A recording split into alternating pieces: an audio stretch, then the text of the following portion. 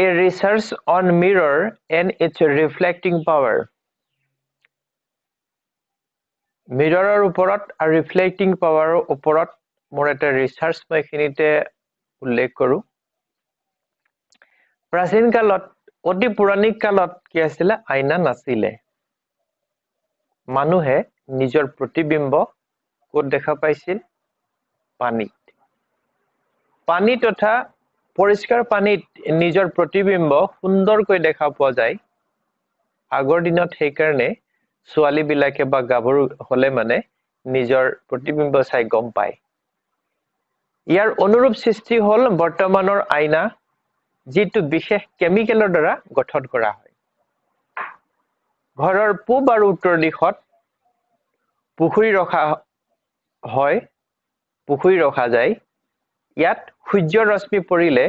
সেই পানীত জীৱনী শক্তিৰ সঞ্চান হয় হেতু হৈছে নিউট্ৰিশন প্ৰাপ্তি হয় ইয়াৰ বিপৰীতে তাত থকা দূষিত যিবিলাক বীজাণু বা ব্যাকটেৰিয়া এইবিলাক হৈছে ধ্বংস পায় হা নিউট্ৰিশন আৰু ইয়াৰ বিপৰীতে কি হয় তাত যদি সূৰ্যৰ ৰশ্মি যদি পূবত বা উত্তৰত থকা পুখুৰীত পৰে তেতিয়ালে বীজাণু আৰু ব্যাকটেৰিয়া ই ধ্বংস পায় যেটো বিজ্ঞানে কৈছে অন্যহাতে ইয়াৰ আন এটা বিশেষত্ব হৈছে কি সূৰ্যৰ ৰশ্মি পানীত পৰাৰ পিছত তাৰ পৰা যেটো প্ৰতিবিম্ব মানে ৰিফ্লেক্টিং পাৱাৰ অৰ্থাৎ এনাৰ্জিটো কি হয় ঘৰত বা বাৰীত পৰে তাৰ যেটো ৰিফ্লেকশন আহে তেতিয়া কি হয় সেই পানীখিনি কি হয় বা ঘৰত এনাৰ্জাইজ হয় শক্তি সঞ্চাৰ হয় সৃষ্টি হয় আৰু সেই ঘৰৰ বাবে পজিটিভিটিটো ক্ৰিয়েট কৰিবলৈ লৈ ই হৈছে এক প্ৰাকৃতিক প্ৰক্ৰিয়া নেচাৰেল এনাৰ্জি ক্ৰিয়েটৰ এই প্ৰতিকল্পটো যাক মিৰৰৰ যেটো এই প্ৰতিকল্প যেটো পোৱা যায় সেই কাৰণে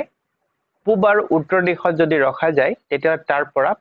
পজিটিভিটিৰ সৃষ্টি হ'বলৈ লয় আৰু ৰখা স্থানৰ পৰা এনাৰ্জি ফ্লো কৰায়